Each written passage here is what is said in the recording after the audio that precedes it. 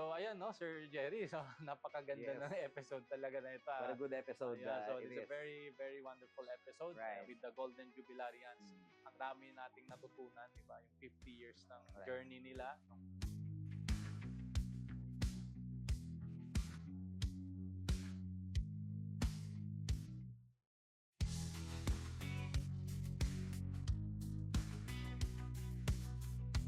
All right.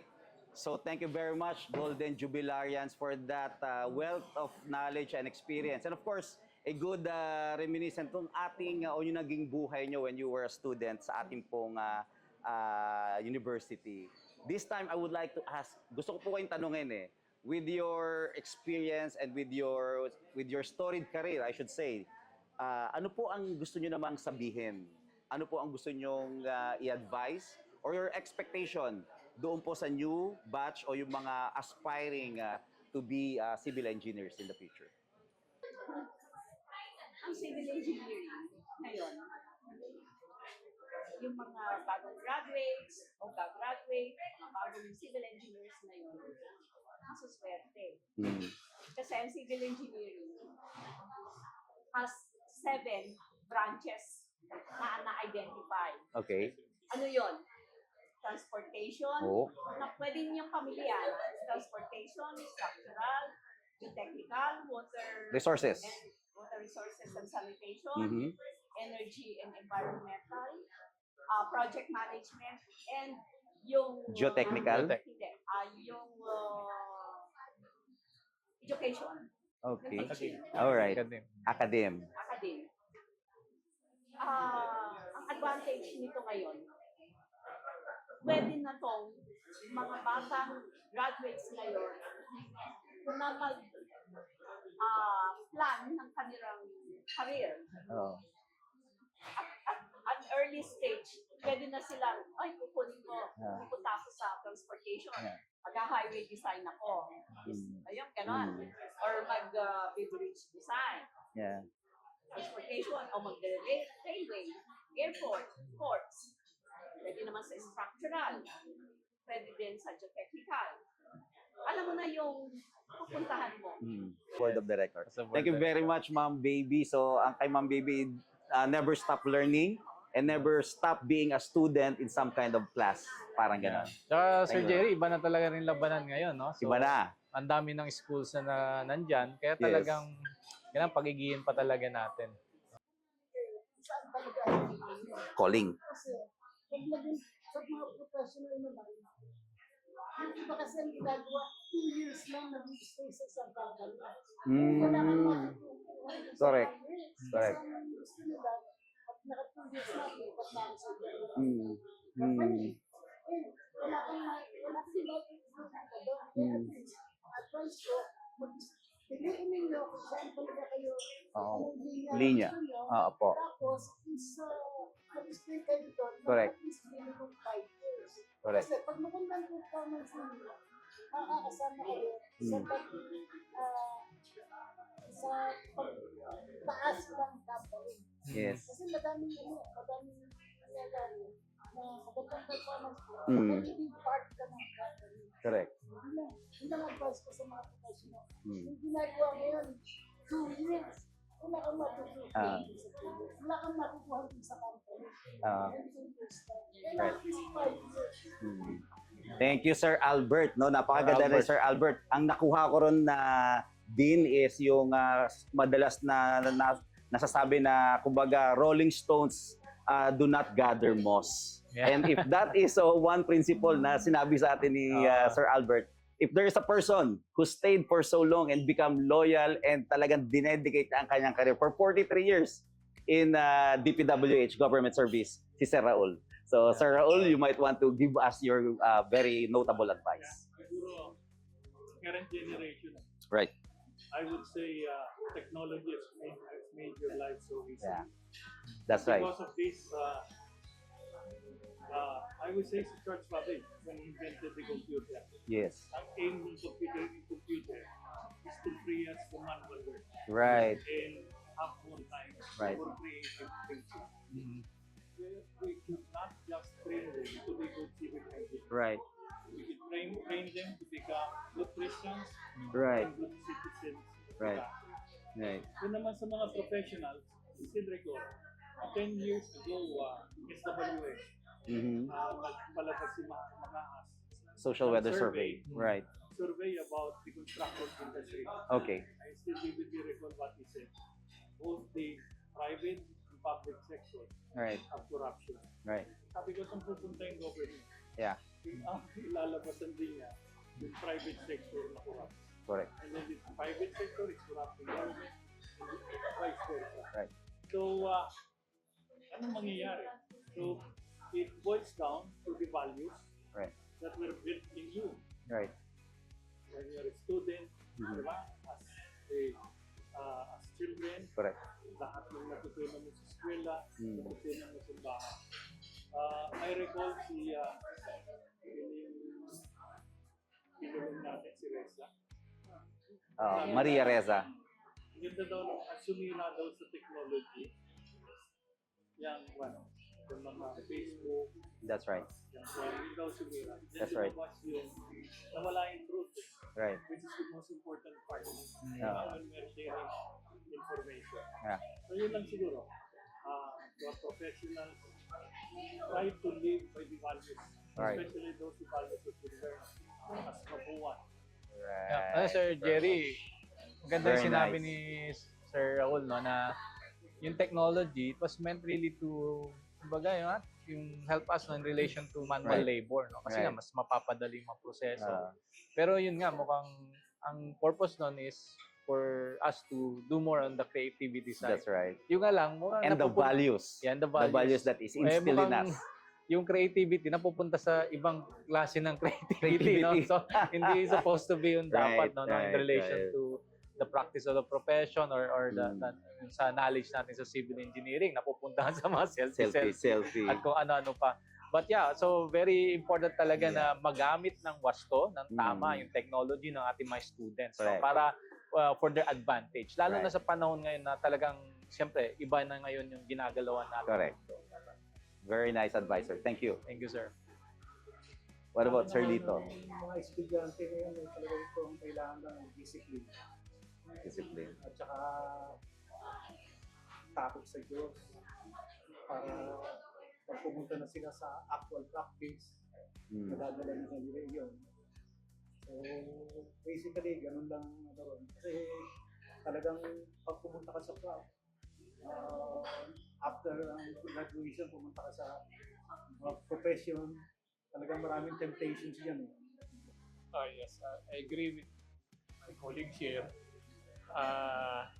Kasi yung mga estudyante ngayon, they rely too much on the technology. Right. Dapat matutunan mo na nila yung basic. Yeah. Mga basic natin sa engineering. Kasi pagka nagkaroon ng hindi standard yung problema, nahirapan sila. Yan ang napapansin ko sa mga new engineers. Right. Ano sila sa mga computers, gadgets, and so forth. Pero pagka nagbago ang nalilito sila kasi hindi nila kabisado yung basic principles. Kung alam mo yung basic principles, Right. you can solve those problems. Even, kahit hindi makagawa. Right. Also, yun nga, continue your study. So ngayon naman, Sir Jerry, Yes. kasi nga, of course, Golden Jubilarians. Right. So sa haba ng practice niya, 50 years. no? Right. So, siyempre, talagang, alam mo, mga mapuwans talaga, kilalang-kilala sa iba't ibang larangan, lalo sa engineering. And of Okay. course, siyempre, hindi naman papahuli sigurado yan ng ating mga Golden Jubilarian. So, malaman naman natin sa kanila, no? Kasi nga, sa haba ng practice ng profession, yung highlights ng kanilang Kanilang career. no? Okay. So, umpisa natin si Sir Iggy. Yeah. After graduation and after the board exam, I'm lucky na mapasok ko sa DPWH. We built a new road from Imus, Las Piñas, Imus to Tagaytay. That's a new road. Ito natutuwa lang ko. Hindi talagang magagawa ng road, no? Tapos mayroon kaming design na CTB, cement treated base. Mhm. designed by Filipinos, and constructed by Filipinos. Okay. After graduation, I started my career as a full-time professor sa Nakua. Kagad. First subjects ko doon, puro math, Puro math. mathematics. And the following year, 75, I was recruited by the then Department of Public Works, Transportation, and Communication. DPWT sa Pakatan. Okay. So, kasi naman, at age 25, naging division chief na sa Infrastructure Computer Center. Mm. At that time, mainframe pang computer. Opo. So, disk drive, tape drive, Mm. IBM cards, yung Oo. until graduate kami sa mini computer, Okay. tapos sa microcomputer, Right. And I spent siguro the last 28 years of my career as a presidential appointee. 7 years as assistant director ng Bureau of Research and Standards. Right. Diyan matagal si Another Sir. 7 years as director Director. of Public Ordinance, Ay, Bureau of Research and Standards, right. Assistant Secretary for Planning, Technical Right. Services, 7 years din. Ultimately, for the last 7 years until my retirement as Undersecretary in charge of quantity. Wow. Siguro ang pinakamaganda, kasi central office ako eh. So I'm not in operation. Right. Siguro ang legacy na naiwan ko dahil yung central office policy making body. Yeah. Siguro Yeah. the policies that I have initiated among others siguro, yung accreditation Yan. ng mga project Yeah. engineers, materials engineers. Serious Right. engineer. Sabi yung materials engineers, Right, sabi right. nila, So, wanted to. nagkaroon kami ng presyo ngayon. Oh, malayo na narating. Malayo na narating yan, Sir. Wala eh. Right. Ang laki ng Right. Right. simply because of the accreditation Yes. system. And then, yung shepherding yung cadet Right. engineer. Cadet Yeah, engineer. cadet engineers. Ganda niyan. Secretary Singson, Right. pero mali siya, I have to take over. Right. So we Right. have graduated, I think, 300 cadets. Cadet. Oh. These are the young engineers who went through 6 months of training. Right. Pero ang focus namin, integrity building. Right. Right. Yung technical aspect. Of course, the others, I've worked to strengthen yung research and development Yeah. and BRS. And the greater part siguro yung World Bank assisted project namin, yung Road Information Management Yes. System. RBIA. Yeah. Right. So, dun lumabas yung mga computer aided Right. na software natin. Is RBIA, Ocean Based Information System, Right. yung HDM, Harvard Development Management System. Karamihan nun, puro technology Right. driven. All right. So, siguro, yun lang. But right now, I'm a consultant sa department working for a new Blue Book volume. Mm. Alam mo, Sir Jerry, I'm sure hindi lang naman yung award na natanggap That's right. ng ating mga Golden Jubilee, marami. Pero iba nga Correct. daw talaga pag galing sa iyong alumni association. yes. Kaya sa November 30, kaya rin nandito yung ating Golden Jubilarian, ay siyempre homecoming natin. Right. Let's And of take course, this moment to invite them. i-recognize siya. Right. I-recognize natin Yeah. sila. So we invite everyone, Mm. lahat ng ating alumni, lahat ng mga nanonood, no? Ikuan nila, lagay na sa calendar yan. Right. November 30, Right. dito tayo sa Rizal Park Hotel. That's right. So evening yan. So abangan ninyo yan. Of course, sama-sama tayo na ating parangalan ang ating Golden Jubilarians That's right. on November 30. 30.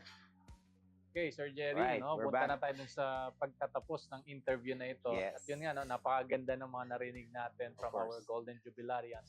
But before natin naman kunin yung kanilang huling mensahe, no, para sa ating mga viewers for this interview, Mhm. maganda kasi nandito si Sir Raul, no? Right. And of course, this is a project of the MIT CNC Alumni Association under the what we call the Student Affairs Committee. Sure. Kasi itong proyekto na ito, unang-una syempre is kay 100 Mapuan kasi we are of course celebrating the 100 years of the institution. That's right. And kasama yung 100 years ng civil Centenaryo. engineering program. So, more of educational tsaka promotion ng legacy ng Right. ating institution. And of course, pangalawa dyan, yung siyempre may fundraising rin ito, no? Yung Correct. ating mga sponsorship Right, dito will right. go to our scholarship. Yeah, No, for na ngayon, scholarship. meron tayong dalawa Dalawa. na sinusuportahan.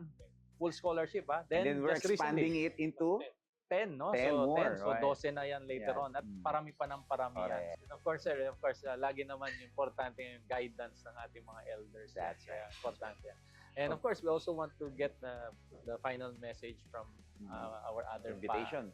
Golden Jubilarians. Our fellow Mapuans, for our 35th Grand Alumni Association homecoming on November 30, 2024 at Rizal Park Hotel. Sa ating lahat ng mga Mapuans, please register. 700 seats lang po ang available. So, ni-invite ko kayong mag-register early. Yung mga Golden Jubilarians, ma'am, kanino sila pwedeng may pag-coordinate? Baka may iba pa Ay, tayong... yung mga Golden Jubilarians sa akin po. Dahil may plano po si Sir Raul. Okay. May plano ba kayong sumayaw during that night? Pwede. Pwede, why yan. not? Bago yan. Secure your tickets and buy your plane tickets. Bro. So, ayun, no, Sir Jerry. So, napakaganda Yes. ng episode talaga na ito. What a good episode. So, it it's a is. very, very wonderful episode Right. with the Golden Jubilarians. Ang dami nating natutunan, di ba? Yung 50 years ng journey nila, nung graduate, nung actually, even nung aral pa, no? Right. 69, no? So, 74, then until now, no? Kasama natin sila. And ang dami natin natutunan talaga sa episode na to. di ba? Right. I'm amazed na kumbaga tong batch na to have achieved so much. So many firsts, no? From the establishment Daming of our firsts. association, as Yeah. well as yung kanilang experience and career na in the forefront ng ating pong industry in civil engineering. At hindi ko... The first batch to occupy. Yeah, ang dami, Wow. ang dami ko na first no? First Yes. batch na nag-occupy. Right. It's the first time na we conquered the universe. Right. Di ba? So, ang dami nating natutunan. Correct. So, alright. So, with that, no, Sir Jerry, Yes. I hope next time kasama kita uli dito. Mukhang maganda yung may I kasama will tayo. definitely find time to be with you in this Yeah, interview. yung iba dating mga kasama, Right, syempre, of course, welcome of course. yan. No? So, Thank you. sa ating mga alumni members, so, thank you no, for watching the 100 Mapuan Stories. And abangan nyo ulit next time, no? Yung susunod na episode at marami pa tayong i-feature dito. Right. At kung meron kayong mga gusto na ma-interview natin, no? Makipag-ugnayan lang po kayo sa ating Alumni Association. Viva CNC! Viva Mapua!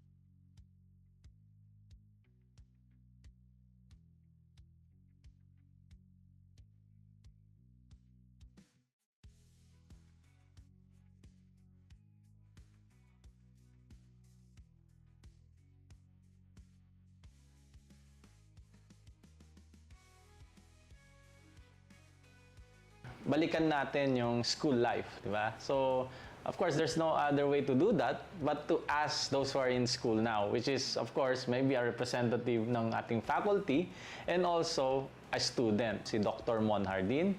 And of course, one of our scholar, nandito ngayon si Paul, no?